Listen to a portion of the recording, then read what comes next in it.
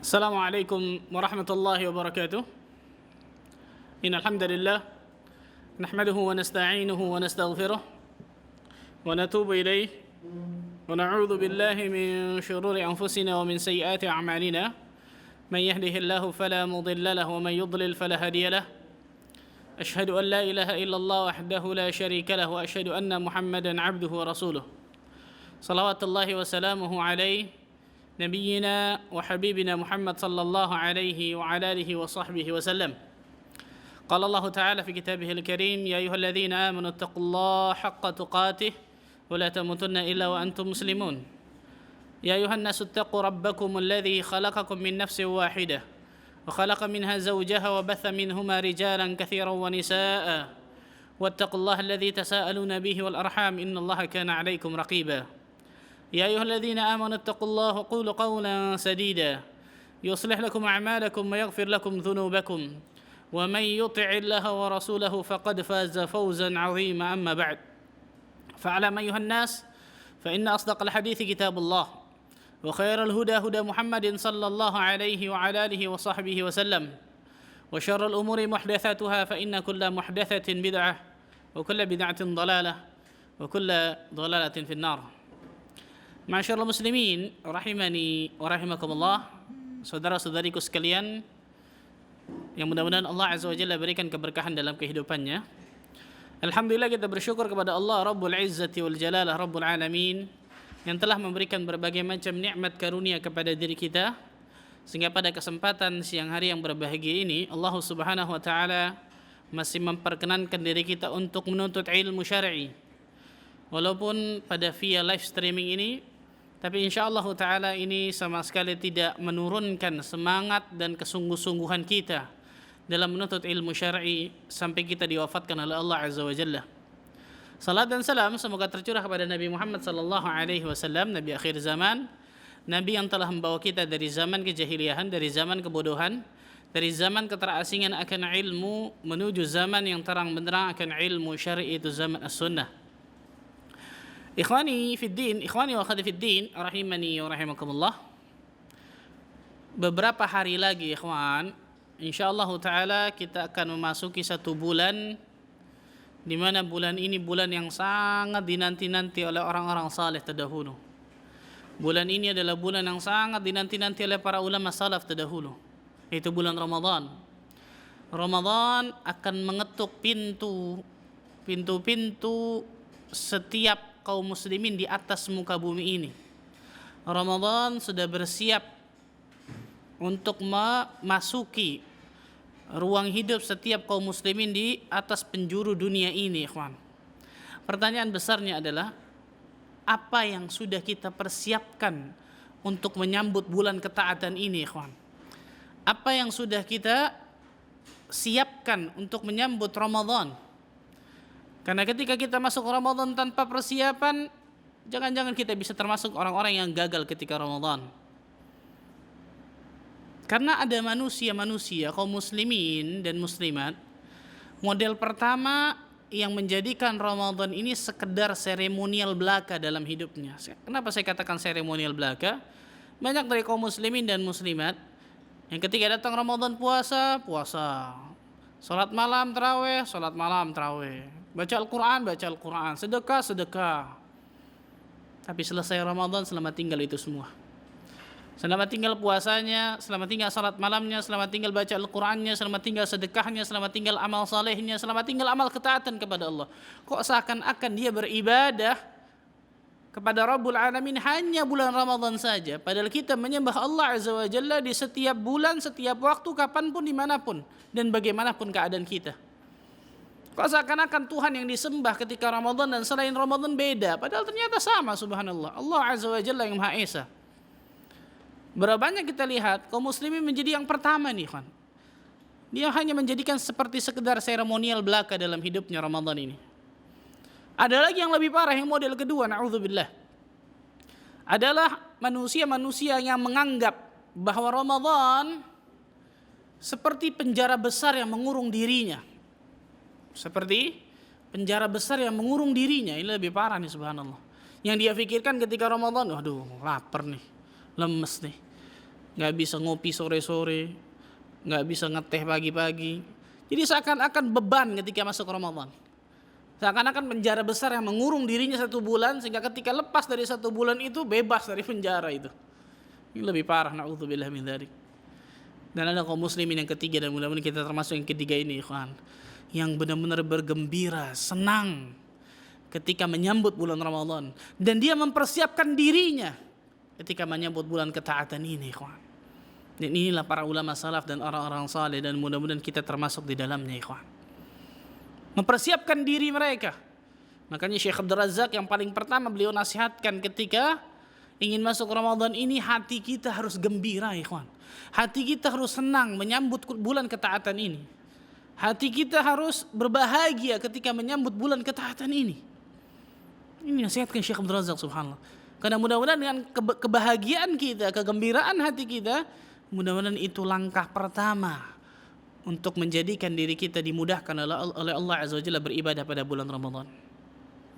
Pertanyaannya sekarang, ya kawan, persiapan apa saja nih yang harus kita persiapkan sebelum kita memasuki bulan Ramadan ini? Yang pertama, persiapan jasmaniyah atau badaniyah.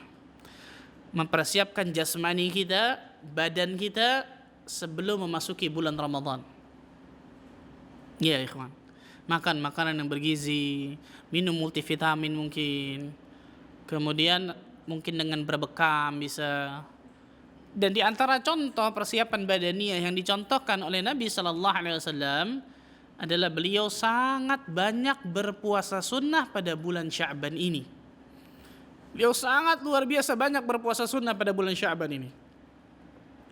Dari hadis yang sahih diriwayatkan Imam An-Nasa'i dari sahabat Usamah bin Zaid radhiyallahu anhuma, Usamah bin Zaid bertanya kepada Nabi sallallahu alaihi wasallam, "Ya Rasulullah sallallahu alaihi wasallam, lam araka tasumu syahran min asy-syuhur, ma tasumu min Sya'ban?"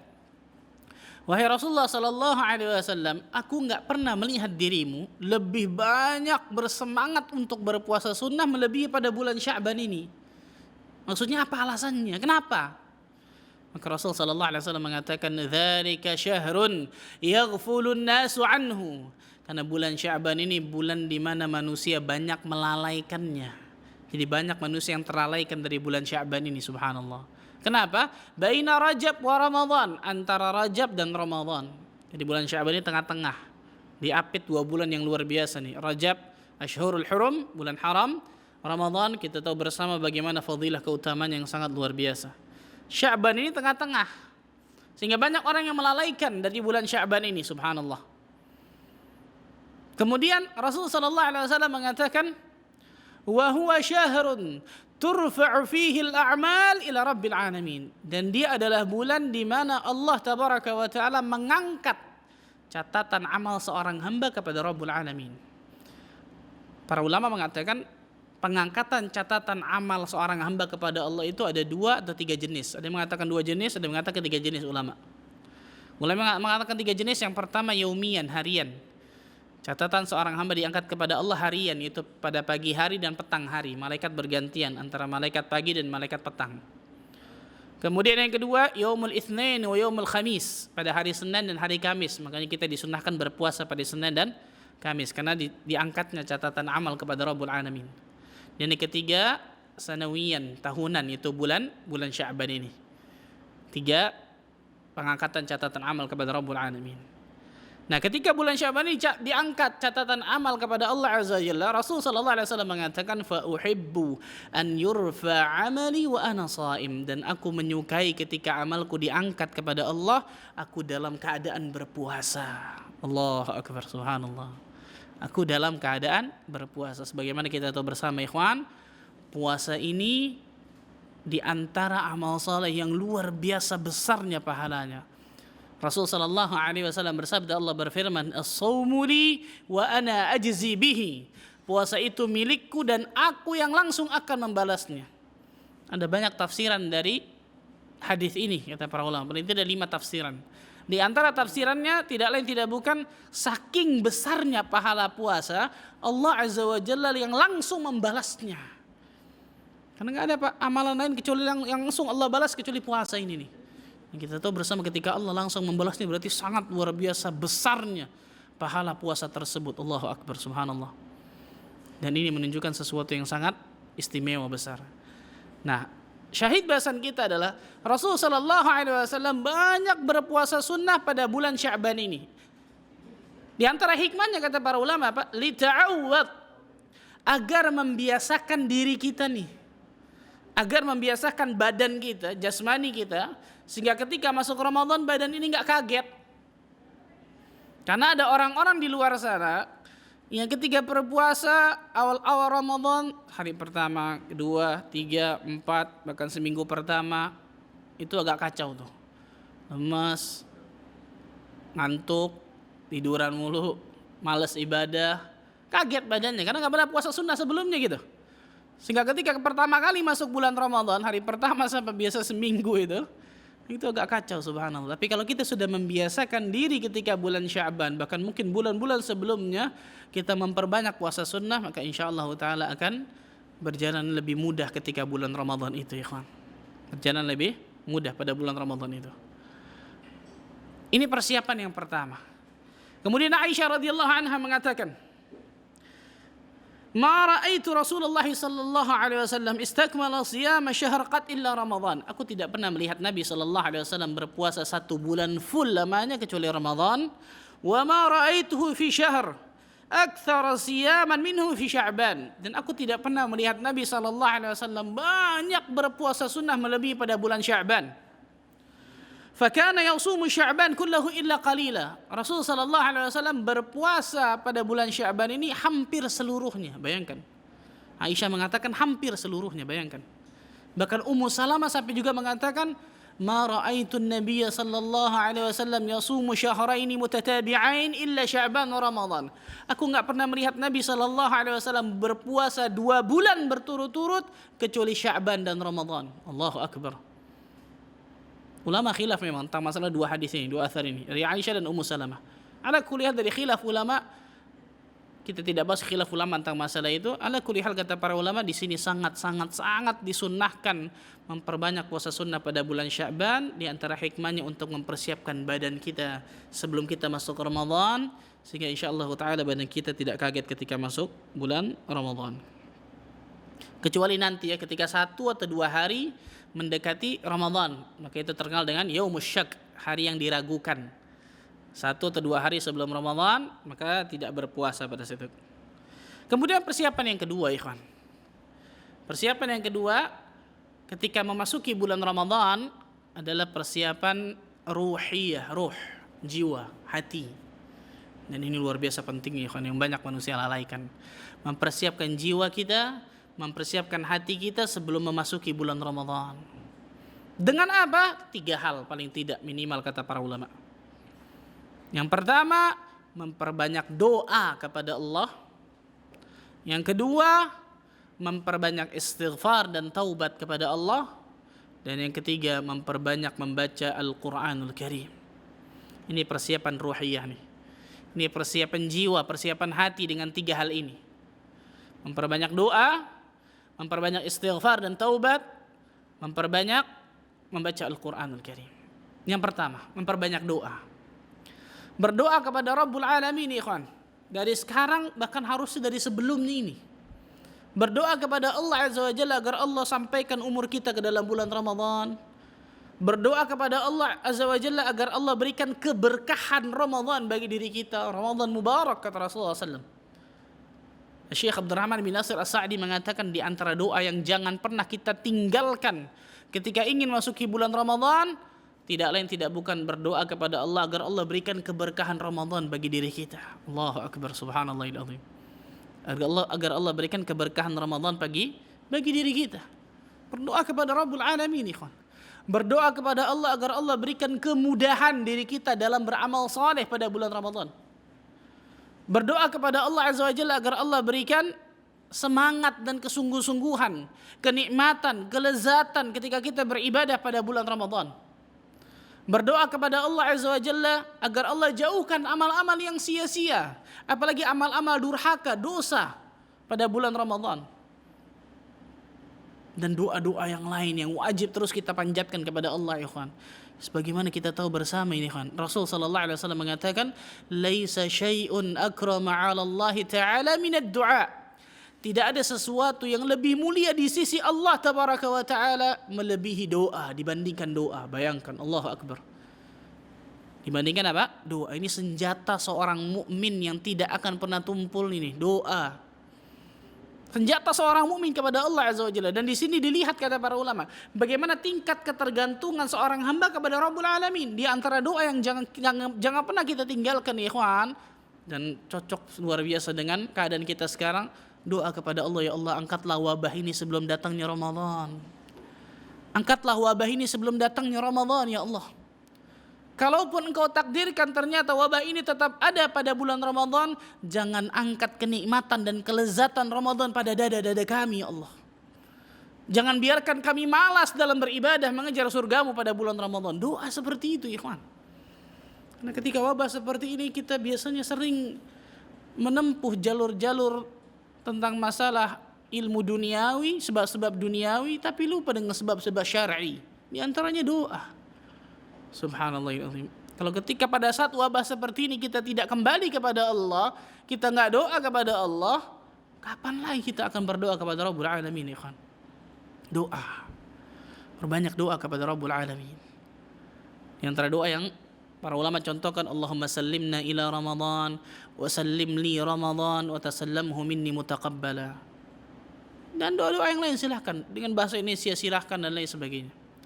Ini persiapan hati nih, doa yang pertama. Persiapan hati yang kedua, ruhiyah yang kedua adalah memperbanyak istighfar dan taubat. Syekh Muhammad ibn Muhammad al-Mukhtar Asy-Syanqiti hafizahullah ta'ala ketika ditanya, Syekh, dengan apa engkau nasihati kami ketika kami menyambut bulan ketaatan ini? Dengan apa nih? Apa nasihatmu? Apa amalan yang bisa kami lakukan perbanyak ketika mendekati bulan Ramadan ini nih? Maka beliau mengatakan amalan yang bisa dilakukan ketika mendekati bulan Ramadan ini banyak luar biasa pada hakikatnya. Tapi jangan pernah engkau tinggalkan satu amalan ini. Apa itu? Memperbanyak istighfar dan taubat. Perhatikan baik-baik ikhwan. Dan ini bukan hanya di ilmu kita yang tahu, tapi kita amalkan, praktekkan. Perbanyak mengucapkan astaghfirullah wa atubu ilaih, astaghfirullah wa atubu ilaih, astaghfirullah wa atubu ilaih.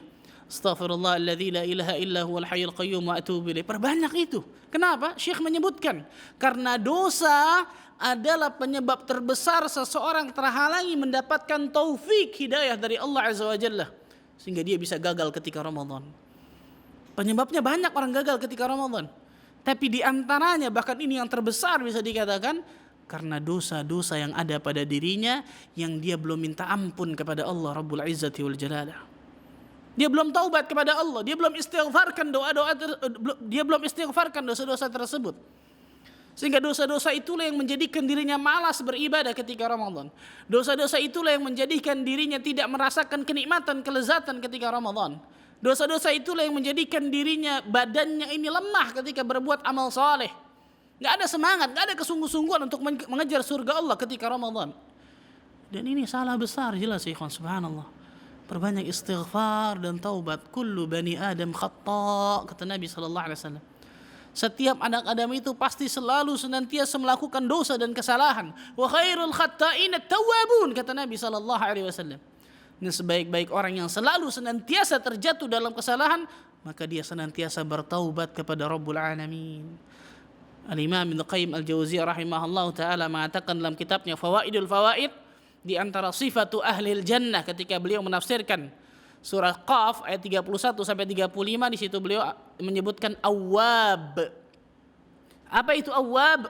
Orang yang kathratut taubah, orang yang banyak bertobat kepada Allah, orang yang selalu kembali kepada Allah, orang yang ketika ingat dosa-dosanya dia istighfar minta ampun kepada Allah, orang yang ketika terjatuh dalam perbuatan dosa dia istighfar minta ampun lagi, terjatuh lagi istighfar minta ampun lagi. Di sini bukan kemudian menggampangkan taubat, bukan itu maksudnya.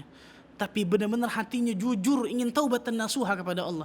Hatinya benar-benar jujur ingin diampuni dosa-dosanya oleh Allah Azza wa Jalla, ikhwan. Kalau kita merenung ya ikhwan, kita merenung sebentar sejenak, kita berkhaluat dengan Allah Azza wa Jalla, kita bangun mungkin di sepertiga malam, kita istighfar kepada Allah, kita ingat dosa-dosa. Bohong air mata ini gak netes. Kalau air mata ini gak netes, ada yang gak benar sama hati kita berarti itu. Ada penyakit bisa jadi dalam hati kita. Ketika kita mengingat dosa-dosa kita, beristighfar kepada Allah, mohon ampunan kepada Allah, berdoa kepada Allah di waktu keheningan kita berkhalwat dengan Allah, kemudian air mata kita nggak nangis. Ada yang tidak benar dalam hati kita kalau tidak merasakan kesedihan pada saat itu. Subhanallahil-azim. Istighfar dan taubat. Yang ketiga, persiapan ruhiyah yang ketiga, memperbanyak membaca Al-Quranul Karim. Seorang ulama yang bernama Salamah ibn Kuhail rahimahullahu ta'ala berkata, kana yuqalu syahru Sya'ban syahrul qurra. Dahulu dikatakan bulan Sya'ban ini terkenal dengan namanya bulan Al-Qurra, bulan para pembaca Al-Quranul Karim. Bulannya para pembaca Al-Quranul Karim. Kenapa? Karena para ulama salaf terdahulu ketika bulan Sya'ban ini mulai memperbanyak membaca Al-Quran ketika bulan Sya'ban ini. Sehingga seorang ulama yang bernama Amr bin Qais rahimahullahu ta'ala sampai menutup toko-tokonya, beliau dagang, menutup toko-tokonya, bulan Sya'ban ini tutup toko-tokonya dan menggantinya dengan mengosongkan hati beliau dengan banyak membaca Al-Quran Karim. Allahu Akbar. Luar biasa ya. Bagaimana para ulama hammuhu lil akhirah. Tujuan utama mereka memang benar-benar negeri akhirat. Ambisi terbesar mereka memang benar-benar negeri akhirat Allah tabaraka wa taala. Dan itu kenikmatan yang luar biasa yang Allah berikan kepada orang-orang saleh terdahulu, para ulama salaf terdahulu. Ini persiapan yang kedua. Persiapan yang kedua, betul. Persiapan yang kedua ruhiyah, memperbanyak doa, memperbanyak istighfar, memperbanyak membaca Al-Quran Al-Karim. Karena kalau orang yang tidak terbiasa memperbanyak baca Al-Quran, kemarin alhamdulillah Ustaz Muhammad Syar'i sudah menjelaskan ya, di antara memberikan semangat bagi diri kita, motivasi bagi diri kita untuk kita selalu membaca Al-Quran, bahkan mentadabburinya, selalu dekat kepada Al-Quran, menghafalnya, memurajaah hafalan kita dan lain sebagainya. Karena hikmah-hikmah yang luar biasa, fadilah-fadilah yang luar biasa besarnya kita akan dapatkan ketika kita dekat kepada Al-Quran. Kalau orang yang tidak terbiasa baca Al-Quran, kemudian hari pertama Ramadan baru buka Al-Quran, baru dia baca Al-Quran, ini biasanya banyak nguapnya nih. Satu halamannya bisa puluhan kali nguap kali, subhanallah. Keruqyah sendiri jangan-jangan. Jinnya keluar satu. Tapi kalau orang sudah terbiasa memperbanyak membaca Al-Quran, maka insya Allah ta'ala akan terbiasa dia memperbanyak membaca Al-Quran. Disebutkan oleh para ulama tentang masalah ini. Kemudian persiapan yang ketiga, setelah jasmaniyah, badan, ruhiyah, hati, yang ketiga mempersiapkan maliyah, harta. Mempersiapkan harta kita sebelum masuknya bulan Ramadan. Untuk apa? Untuk bersedekah, untuk berinfak. Rasulullah SAW bersabda, afdhalus sadaqah sadaqatun fi Ramadan. Seutama-utamanya sedekah yang dikeluarkan pada bulan Ramadan. Dan sedekah ini bentuknya banyak, ikhwan. Kalau mungkin kita biasanya mentransfer uang ke masjid atau ke yayasan sehingga bisa buka puasa di masjid tersebut atau di pesantren misalnya, dan qadarullah sekarang mungkin masjid-masjid, pesantren-pesantren itu pada tutup kan ada wabah seperti ini, tapi masih banyak, ikhwan, masih banyak jalan menuju surga Allah. Jadikan harta yang kita miliki ini benar-benar bisa mengantarkan kita ke surga Allah Azza wa Jalla. Jadikan harta yang kita miliki ini benar-benar bisa mendapatkan rahmat karunia Allah Azza wa Jalla. Bisa mendapatkan ridha Allah Tabaraka wa Ta'ala. Yang dengan rahmat dan karunia Allah tersebut kita bisa mendapatkan surga Allah Azza wa Jalla. Banyak caranya. Antum misal di daerah antum, insya Allah ada orang-orang fuqara dan masakin. Ada orang-orang yang du'afa. Bahkan ada orang-orang yang dulunya mampu tapi sekarang ketika mungkin mereka tidak bekerja atau mungkin di PHK karena keadaan wabah seperti ini sehingga sulit untuk makan, sulit mendapatkan kebutuhan. Antum data. Jadikan diri kita ini bermanfaat untuk orang lain. Perhatikan ikhwan. Jadikan diri kita ini khairun nas anfa'uhum linnas. Sebaik-baik manusia yang paling bermanfaat untuk manusia lain. Data 1 2 1 2 1 2. Bikin komunitas atau kemudian hubungi apa? Satu masjid, satu yayasan yang memang ini ada segini di rumah anak tahu jelas dengan bagaimana kondisi ekonominya dan lain sebagainya. Bisa diberikan nanti sembako dikumpulkan. Bisa dikumpulkan nanti mungkin setiap harinya diberikan makanan makanan matang ketika mendekati maghrib agar mereka bisa buka puasa, kepala keluarga dan juga keluarga mereka. Dan banyak cara ikhwan, banyak cara subhanallah. Banyak cara agar kita bisa mendapatkan pahala dengan harta kita. Perhatikan baik-baik. Abu Bakar As-Siddiq, Umar bin Khattab, Uthman ibn Affan, Abdurrahman ibn Auf, Talha bin Ubaidillah radhiyallahu anhum jami'an, dan juga para sahabat yang lain. Orang-orang yang punya harta loh di tangan mereka, tapi di hati mereka akhirat. Perhatikan baik-baik ini ikhwan. Jangan dibalik, kita kebalik. Dunia kita masuk luar biasa ke dalam hati kita, terpatri kuat dalam hati kita, akhirat kita cuma di tangan. Salah. Dunia ini semua titipan Allah ikhwan. Kita hidup di atas muka bumi ini memang untuk kehilangan segalanya. Jangan takut subhanallah. Kita hidup di atas muka bumi memang untuk kehilangan segalanya subhanallahil azim. Jangan pernah takut ketika kehilangan dunia dan lain sebagainya. Kalau kita infakkan gak mungkin berkurang. Rasulullah SAW mengatakan mana qasad sadaqatum min malin. Gak mungkin berkurang harta yang disedekahkan.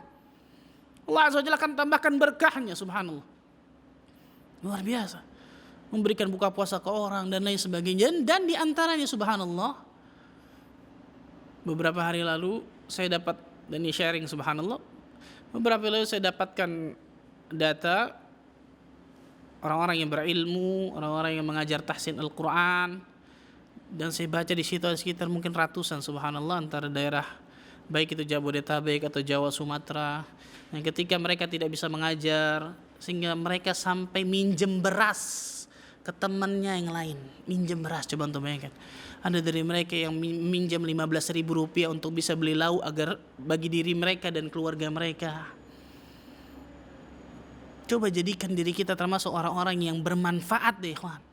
Bahkan khairun nas kata Nabi, manusia paling baik, terbaik subhanallah, ketika memberikan manfaat kepada manusia lain. Allahu akbar. Harta kita ikhwan, jangan jadikan kita menjadi abdud dunia, budak-budak negeri dunia, lupa dengan harta kita. Kita mengumpulkan harta sebanyak-banyaknya, lupa untuk kita sedekahkan harta kita. Ya Allah, sayang ikhwan. Rasulullah sallallahu alaihi wasallam mengatakan, yaqulu ibnu Adam mali mali. Anak Adam mengatakan hartaku, hartaku. Ma min malika illa, tidak ada yang menjadi hartamu kecuali tiga hal ini nih. Akalta fa ablait, yang kau makan kemudian akan hancur jadi kotoran. Au labitha fa amdait, atau au labitha fa afnait, atau yang engkau pakai kemudian akan usang, rusak. Au tasaddaqta fa amdait, atau yang engkau sedekahkan, maka itulah hartamu hakikatnya, itulah simpananmu hakikatnya. Makanya para ulama salaf terdahulu ketika datang kepada diri mereka fuqara masakin, mereka mengatakan marhaban, selamat datang orang-orang yang akan memindahkan hartaku dari dunia ke akhirat. Allahu akbar. Mereka tahu, mereka hidup di atas muka bumi ini enggak lama ikhwan. Ketika harta kita tidak sedekahkan, kita tidak infakkan, apa yang akan kita bawa nanti di alam kubur kita ikhwan subhanallah. Pergunakan harta kita agar bisa mendapatkan surga Allah, rahmat Allah tabaraka wa ta'ala ikhwan. Persiapan harta nih, persiapan maliyah yang ketiga. Dan persiapan yang keempat adalah persiapan ilmiah. Persiapan ilmu. Mempersiapkan ilmu kita sebelum datangnya bulan Ramadan. Ini sangat luar biasa pentingnya dan sangat panjang pada hakikatnya masalah ilmu ini. Islam sangat menjunjung dan memuliakan ilmu ini ikhwan. Makanya para ulama bukan satu dua, ribuan ulama yang menulis kitab khusus tentang fadlul ilmi wal ulama, keutamaan ilmu dan orang yang memiliki ilmu itu. Luar biasa banyaknya kitab-kitab masalah tersebut. Dan insyaallah ta'ala mungkin kedepannya kita akan bahas masalah kitab itu. Kita salah seorang syekh, itu Syekh Salih bin Abdillah Al-Utsaimin, tentang khulasa ta'zim al-ilm. Ringkasan dari agungnya ilmu, ringkasan dari mulianya ilmu. Insyaallah ta'ala berikan kemudahan nanti kita untuk bisa membahasnya ke depannya insyaallah. Ilmu ikhwan. Al-Imam Al-Bukhari rahimahullahu ta'ala dalam kitab sahihnya memasukkan satu bab khusus. Babun al-ilmu qabla al-qawli wal-amal. Bab berilmu sebelum berkata dan beramal. Karena orang yang melandasi perkataannya atas dasar ilmu, maka insyaallah ta'ala perkataannya akan berkualitas. Orang yang melandasi amalannya, perbuatannya atas dasar ilmu, maka insya Allah amalannya, perbuatannya akan berkualitas. Karena itu pasti berbeda. Salatnya seorang ulama dengan salatnya seorang penuntut ilmu saja hasilnya beda. Bayangkan, ulama dengan penuntut ilmu. Apalagi salatnya seorang ulama dengan orang awam. Orang yang nggak berilmu lebih luar biasa lagi jauhnya bedanya. Karena ulama ini berilmu tentang ilmu salatnya. Dia tahu bagaimana menjadikan salat ini mendapatkan berbagai macam mendulang pahala. Dia tahu bagaimana menjadikan dirinya khusyuk dan lain sebagainya. Dan lain sebagainya. Subhanallah, ilmu. Rasul sallallahu alaihi wasallam mengatakan talabul ilmi fariidatun ala kulli muslim.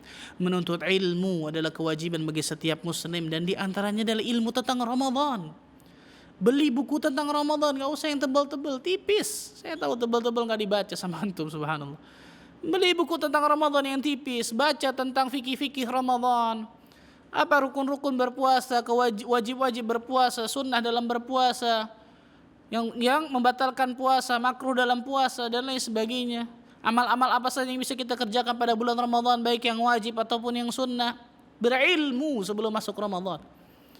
Atau tonton di YouTube, buka search satu ustadz yang membahas tentang fikih Ramadan, tonton 1 jam, 2 jam, 3 jam.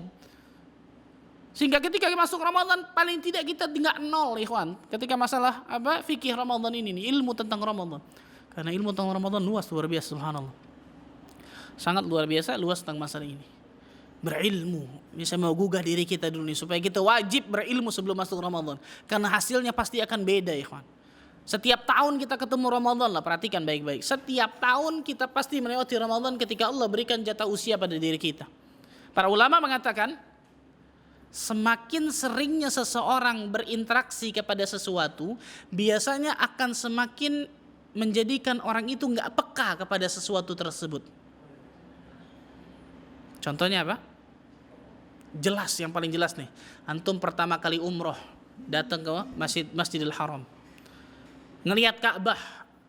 Pertama kali ngelihat Ka'bah gimana, saya mau tanya? Wah, macam-macam gak bisa diungkapkan dengan kata-kata, betul ya. Mau nangis, haru dan lain sebagainya, senang, gembira. Kedua kali masih gitu, turun. Ketiga kali masih seperti itu, tambah turun. Keempat kali masih seperti itu, turun. Hari terakhir ketika di Mekah, yang difikirkan apa? Kapan balik ke Jakarta nih? Kapan balik ke Indonesia nih? Betul ya? Semakin sering berinteraksi itu. Ramadan setiap tahun pasti kita lewati selama Allah Azza wa Jalla berikan usia kepada diri kita. Bisa jadi semakin seringnya kita bertemu dengan Ramadan, menjadikan diri kita nggak peka lagi terhadap Ramadan. Dan ini berbahaya ketika seperti ini. Karena banyak orang di luar sana ketika masuk Ramadan seakan-akan seperti bulan biasa saja sudah. Seperti bukan bulan spesial yang Allah berikan kepada kaum muslimin. Sebulan full, bayangkan ikhwan. Allah berikan training luar biasa, yang semua pesertanya mengucapkan asyhadu an la ilaha illallah wa asyhadu anna Muhammadar Rasulullah. Bagaimana kita mau masuk Ramadan tapi ternyata kita enggak berilmu tentang Ramadan? Rasul sallallahu alaihi wasallam bersabda dalam hadis yang sahih yang diriwayatkan Imam Ibnu Majah, rubba shaimin laisa lahu hadzuhu min siyamihi illa al-ju' wal 'atash. Bisa jadi rubba. Rasulullah SAW mengatakan rubba di situ sesuatu yang mayoritas.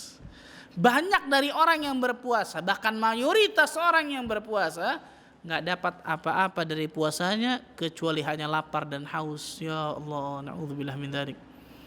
Hanya lapar dan haus, rubba. Jangan pernah kita menjadi orang seperti ini, kawan. Banyak dari orang berpuasa, bahkan mayoritas orang berpuasa gak dapat apa-apa, sebulan full dia capek-capek nahan amarah, nahan lapar, nahan haus, nahan syahwatnya, gak dapat apa-apa kecuali hanya lapar dan haus. Faktornya macam-macam luar biasa. Bisa jadi karena dia gak berilmu tentang Ramadan, bisa jadi karena dia gak bisa menjaga lisannya ketika Ramadan, bisa jadi dia melakukan perkara-perkara yang haram ketika Ramadan dan lain sebagainya. Berilmu ikhwan sebelum masuk Ramadan. Berilmu sebelum masuk Ramadan. Dan ayat tentang puasa ikhwan, kalau kita perhatikan berbeda dengan ayat tentang haji. Allah berfirman kan dalam surat Al-Baqarah 183 kan? Ya ayyuhalladzina amanu kutiba alaikumus shiyamu kama kutiba alal ladzina min qablikum la'allakum tattaqun. Di ujungnya la'allakum, la'alla litaraji. Harapan. Ada harapan mudah-mudahan menjadi orang bertakwa, supaya menjadi orang bertakwa. Tapi kalau ayat haji beda. Surah Al-Baqarah juga tuh. Wa atimul hajja wal umrata lillah fa in uhsirtum famastaysara minal hadi. Terus panjang ayatnya. Di ujungnya wattaqullah wa'lamu annallaha syadidul iqab. Bertakwalah kalian kepada Allah, ketahuilah azab Allah itu sangat keras. Lihat ayat tentang saum, puasa ada harapan agar kalian menjadi orang-orang bertakwa. Tapi kalau ayat haji beda, ancaman. Di ujungnya ditutup ayatnya ancaman. Wattaqullah. Bertakwalah kalian kepada Allah, wa'lamu innallaha syadidul iqab. Ketahuilah bahwa azab Allah itu sangat apa? Sangat keras. Kenapa? Karena banyak orang yang haji sebelum haji dan sesudah haji sama saja. Nggak ada peningkatan dalam iman dan takwanya. Sebelum haji dan sesudah haji tidak ada perbedaan di dalam amal salehnya. Subhanallah. Bahkan lebih parah ketika pulang haji. La haula wala quwata illa billah. Berbeda dengan puasa. Agar kalian bertakwa, harapan. Jadi Allah Azza wa Jalla mengharapkan kepada hamba-hambanya ketika Allah berikan nih sebulan full training nih Ramadan. Ketika nanti selesai dari Ramadan, ketika bulan Syawal, mudah-mudahan kalian menjadi orang-orang yang bertakwa kepada Rabbul Alamin. Dan itu semua kita bisa dapatkan tidak lain tidak bukan persiapannya adalah persiapan ilmu di antaranya.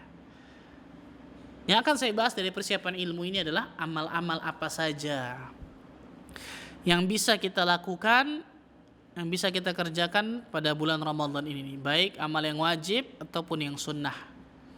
Amal-amal apa saja nih yang bisa kita kerjakan, yang bisa kita lakukan ketika bulan Ramadan datang, baik yang wajib ataupun yang sunnah. Yang pertama jelas berpuasa itu sendiri. Rasul sallallahu alaihi wasallam bersabda, "Man shama Ramadhana imanan wa ihtisaban, ghufira lahu ma taqaddama min dhanbihi." Barang siapa yang berpuasa Ramadan dengan iman dan ihtisab. Iman dan ihtisab, enggak ada arti lain ihtisab kecuali mengharapkan pahala. Dan pahala paling tinggi, paling besar surga Allah, jelas itu. Maka Allah Azza wa Jalla akan ampuni dosa-dosanya. Maka ketika kita beribadah, perhatikan nih baik-baik, karena banyak kaum muslimin salah nih, keliru tentang masalah ini. Kita beribadah kepada Allah, tujuan saya nih, saya ibadah supaya saya masuk surga, terhindar dari neraka. Ini yang namanya ikhlas. Kenapa saya tekankan ini? Karena banyak orang di luar sana menggunakan kalimat i'tiraf. Saya beribadah bukan karena ingin dapat surga, bukan karena takut neraka, tapi ingin mendapatkan rahmat Allah. Ingin mendapatkan rahmat Allahnya betul, tapi depannya salah tuh. Kalau ingin dapatkan rahmat Allah, ujung-ujungnya masuk mana? Surga pasti kan? Subhanallah. Kita beribadah kepada Allah, beramal saleh memang supaya saya masuk surga, supaya saya terhindar dari neraka. Maka saya katakan ujungnya ingin mendapatkan rahmat Allah betul, tapi depannya salah ini. Kalimat sufiyah ini, subhanallah. Saya beribadah bukan karena ingin dapat surga, bukan karena takut neraka. Masuk mana antum? Rasul dengan tegas mengatakan, "Man shama Ramadhana imanan wa ihtisaban, ghufira lahu ma taqaddama min dhanbi." Barang siapa yang berpuasa Ramadan dengan iman dan ihtisab. Ihtisab adalah apa? Mengharapkan pahala. Pahala paling besar, paling tinggi apa? Surga Allah. Maka Allah akan ampuni dosa-dosanya. Rasul sallallahu alaihi wasallam minta kepada Allah, "Allahumma inni as'alukal jannah wa a'udzubika minan nar." Ya Allah, aku mohon kepadamu surga ya Allah, dan aku berlindung kepadamu dari api neraka. Rasul minta. Bayangkan. Jadi namanya ikhlas itu ketika kita beribadah mengharapkan Allah yang balas, di antara balasan Allah apa? Surga yang paling besar, jelas, subhanallah. Dan Allah jauhkan dari neraka. Dan itulah kesuksesan yang abadi. Allah Azza wa Jalla berfirman dalam surah Ali Imran 185, "Faman zuhziha 'anil nar wa udkhilal jannah faqad faz." Barang siapa yang Allah jauhkan dari neraka, Allah masukkan ke dalam surga, ini orang yang beruntung, sukses, bahagia, berhasil. Ini orang yang sukses nih. Menurut standar Al-Qur'an Karim, bahagia. Puasa, ini jelas wajib hukumnya, kecuali orang-orang yang mendapatkan uzur syar'i dan lain sebagainya kan. Yang kedua, amal yang bisa kita lakukan adalah salat malam atau qiyamul lail. Qiyamul lail biasa lebih umum. Ala kulli hal, salat malam, qiyamul lail, salat raweh, salat tahajud, ala kulli hal pada hakikatnya itu sama. Penamaannya saja berbeda. Walaupun sebagian ulama menamakan tahajud biasa harus tidur dulu, sebagian ulama yang tidak, khilaf tentang masalah ini. Tapi ala kulli hal, salat malam dan lain sebagainya intinya sama. Salat yang dilakukan pada malam hari. Setelah Isya sampai subuh itu waktu salat malam tuh. Jadi misalnya ketika kita hari ini nih, malam ini, setelah salat Isya, salat ba'da Isya, kemudian salat 2 rakaat dengan niat salat malam sebelum tidur nih. Kemudian tutup 1 witir, itu namanya salat malam. Karena banyak orang salah nih, harus jam 2 nanti Pak Ustaz. Bukan harus, itu lebih afdal. Karena Allah Azza wa Jalla turun ke sepertiga langit dunia, pada sepertiga malam ke langit dunia. Allah Azza wa Jalla akan mengabulkan orang-orang yang berdoa, mengistighfarkan, memberikan ampunan bagi orang-orang yang istighfar kepada Allah. Hanya lebih afdal. Tapi bukan berarti, contoh tarawih. Tarawih kapan kita tarawih? Setelah Isya langsung, betul ya? Dan Allah alam bisawab, pendapat Nabi saya kuat tentang masalah ini, khusus ketika Ramadan, yang paling afdal itu dilakukan ketika setelah Isya. Kenapa? Karena Nabi SAW sholat malamnya ketika Ramadan, maksudnya sholat qiyamul lail, tarawihnya adalah ketika Isya langsung. Walaupun memang berbeda sholat malamnya Nabi dengan kita. Sahabat pernah mengatakan, kenapa kami bersama Nabi SAW pernah sholat malam ketika Ramadan sampai setengah malam, tengah malam. Dan kami pernah lagi sholat bersama Nabi SAW pada bulan Ramadan sampai sepertiga malam. Dan kami pernah lagi bersama Nabi SAW sholat malam ketika Ramadan sampai kami menyangka kami nggak kedapatan sahur. Berarti dari apa? Isya sampai itu nggak kuat kita, ikhwan. Sejam aja bisa kemana-mana pikiran tuh, subhanallah. Ala kulli hal, Allah alam bisawab, pendapat yang lebih saya kuatkan adalah apa? Setelah Isya langsung. Maksudnya dekat-dekat, bukan karena banyak orang ketika ini nanti saya jam 2 aja deh. Nanti jam 2 silakan bangun lagi ketika si Isya kita sudah sholat sampai terakhir. Kalau memang kondisi normal ya, kita ikut imam misalnya sampai selesai hatta yang sarif kata Nabi, sampai selesai imam itu kutiba lahu qiyamul lailah, maka dia akan dicatat mendapatkan pahala sholat malam semalam suntuk. Akan dicatat mendapatkan pahala sholat malam apa? Semalam suntuk kata Nabi SAW. Jadi kalau kondisi normal kita bicara, ikuti imam sampai selesai. Kalau kita mau bangun malam lagi nanti silahkan, tapi tanpa witir lagi. La witrani fi lailatin. Tidak ada 2 witir dalam 1 malam. Tapi kalau salat malam nambah silahkan, boleh, masya Allah. Ini pendapat Nabi Raju, Allah amisal. Ini tentang masalah salat malam. Rasul sallallahu alaihi wasallam mengatakan, "Man qama ramadhana imanan wa ihtisaban, ghufira lahu ma taqaddama min dhanbi." Barang siapa yang qiyam, mendirikan malam dengan ibadah, salat di antara ini. Salat malam ketika Ramadan dengan iman dan ihtisab, dengan iman dan mengharapkan pahala, bukan yang lain, ikhlas lillahi ta'ala, maka Allah Azza wa Jalla akan ampuni dosa-dosanya. Qiyam Ramadan yang kedua. Yang ketiga, dan ketika misal sekarang Allah Azza wa Jalla takdirkan kita nggak bisa ke masjid, maka kita sholat di rumah masing-masing dengan keluarga dan lain sebagainya. Yang ketiga, amalan yang jangan pernah kita tinggalkan adalah bersahabat dengan Al-Quran, haqqa tilawatih, membaca Al-Quran dengan sebenar-benarnya. Apa membaca Al-Quran dengan sebenar-benarnya? Membacanya, menghafalnya, mentadabburi maknanya, mempelajari ayat-ayatnya, mengamalkan dalam kehidupannya sehari-hari.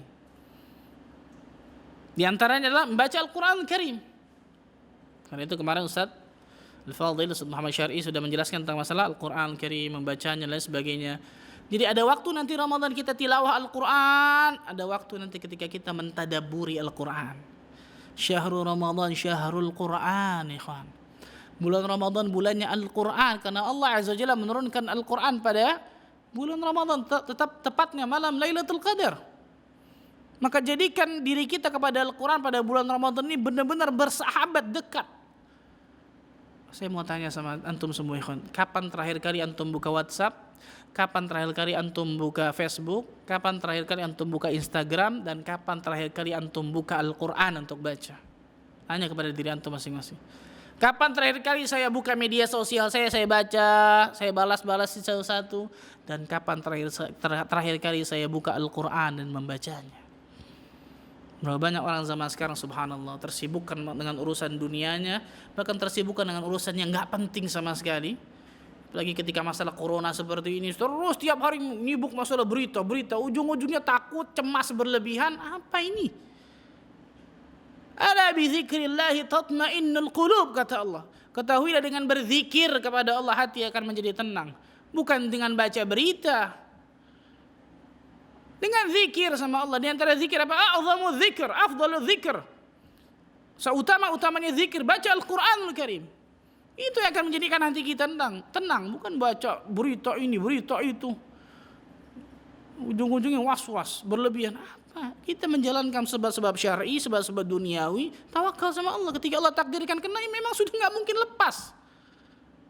Itu mukmin dan mukminah ikhwan harusnya. Dia sibukkan diri dengan ibadah kepada Allah. Ihfazillah yahfazka, kata Rasulullah SAW. Jagalah Allah maka Allah pun akan menjagamu. Di antaranya jagalah kitabullah nih. Sering baca kitabullah ketika Ramadan. Sering tadabburi. Hafalkan Al-Quran. Ada waktu untuk murajaah pula. Jadikan Al-Quran ini benar-benar ketika Ramadan benar-benar sahabat diri kita, ikhwan. Apalagi ketika kita di rumah, gak bisa kemana-mana sekarang. Jadikan Al-Quran menjadi sahabat kita, bukan HP, subhanallah. Bukan HP kita, Al-Quranul Karim ketika Ramadan.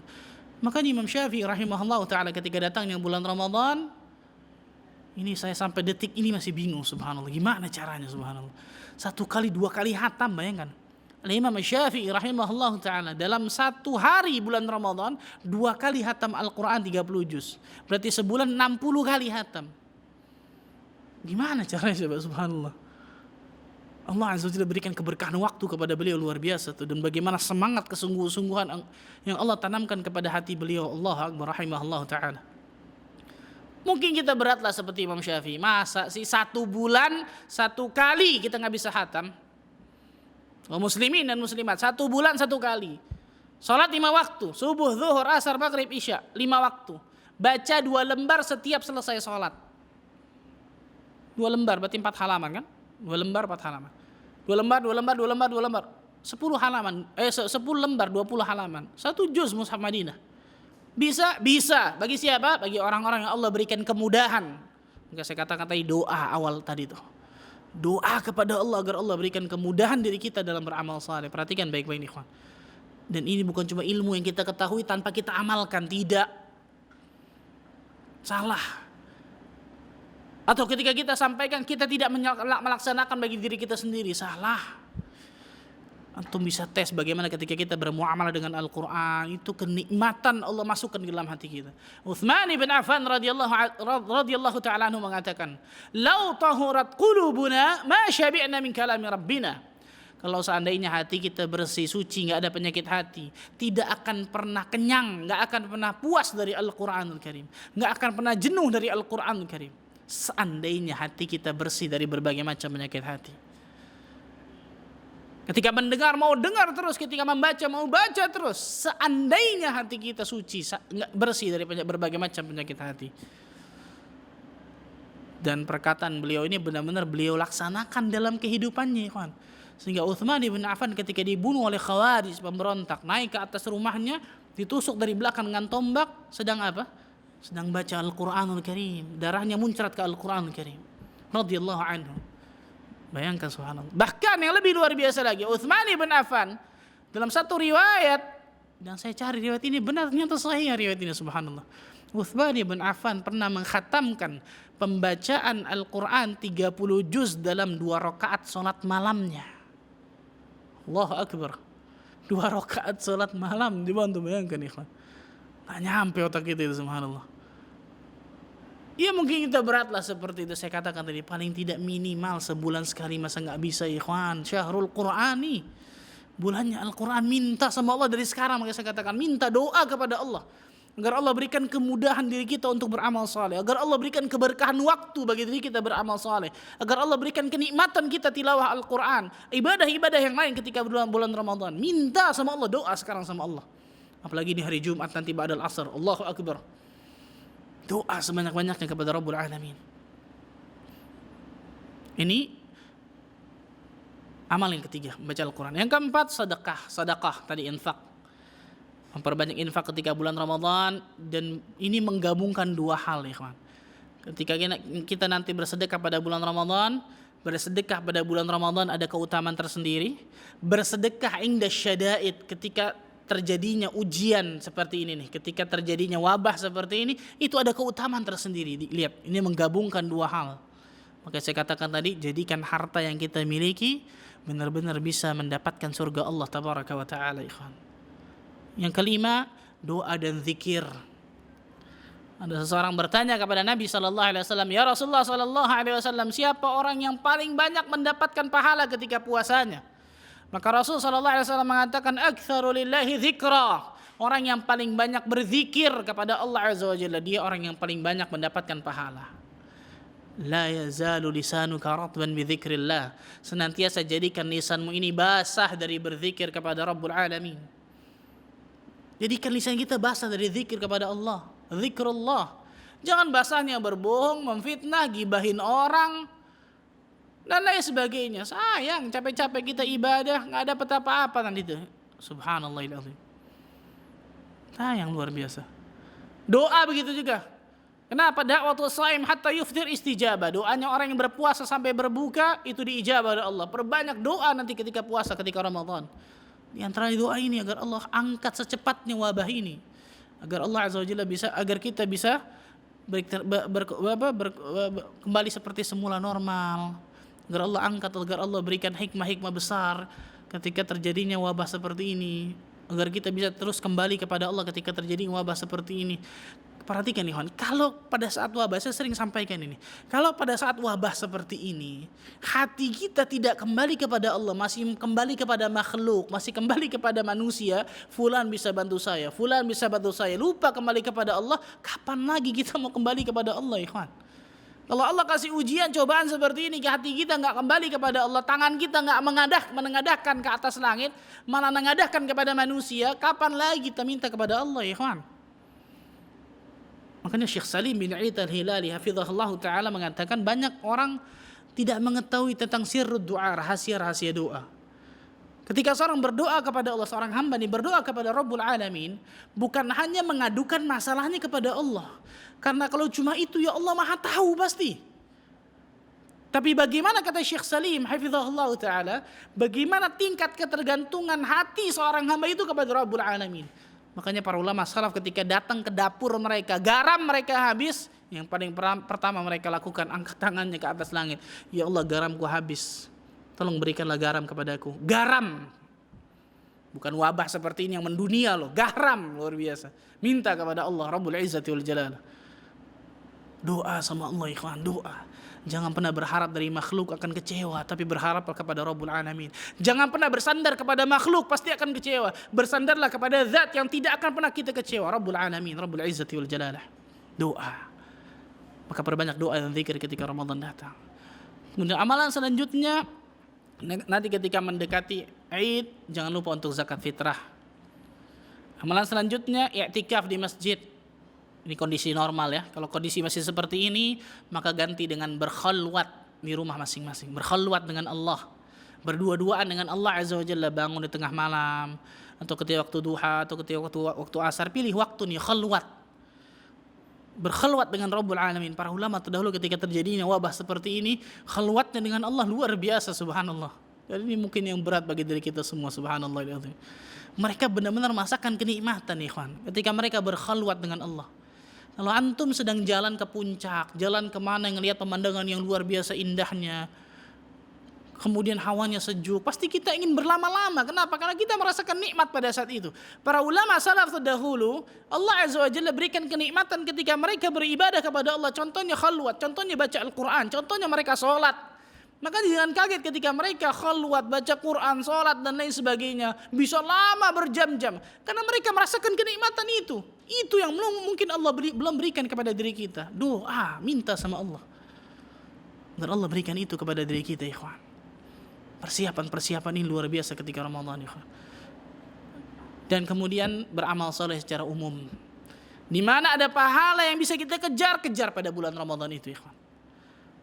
Dan jangan pernah, yang terakhir, jangan pernah berbuat amal-amal yang sia-sia, apalagi mengandung unsur dosa pada bulan Ramadan. Sayang, harus kita bisa mendapatkan rahmat dan karunia Allah, mendulang pahala luar biasa besarnya, malah mendapatkan murka Allah ketika Ramadan. A'udzubillah min dzalik. Dan terakhir, ikhwan, doktrin di kepala kita nih, ikhwan, bagaimana kalau besok ini Ramadan terakhir saya? Bagaimana kalau besok ini ternyata Ramadan terakhir saya? Allahu Akbar. Kalau kita berhasil memasukkan itu dalam diri kita, bagaimana semangat dan kesungguh-sungguhan kita pada bulan Ramadan besok itu luar biasa, subhanallah. Karena ada orang, bukan ada, banyak orang-orang dalam Al-Quran Allah sebutkan dalam banyak ayatnya, orang-orang yang ingin kembali ke dunia. Qala rabbirji'un, kata Allah di antara dalam surah Al-Mu'minun 99 dan 100. Qala rabbirji'un, ya Allah kembalikan aku ke dunia, ya Allah kembalikan kami ke dunia, ya Allah. Mau apa? La'alli a'malu salihan fima tarak, agar aku bisa beramal saleh, amal saleh yang dahulu aku tinggalkan, ya Allah. Ya Allah, kalla, kata Allah, nggak mungkin, sekali-kali tidak. Innaha kalimatun huwa qailuha, itu hanyalah dalih yang diucapkan saja. Wa min waraihim barzakhun ila yaumi yub'atsun, dan di belakang mereka ada alam barzakh sampai mereka dibangkitkan oleh Allah tabaraka wa taala.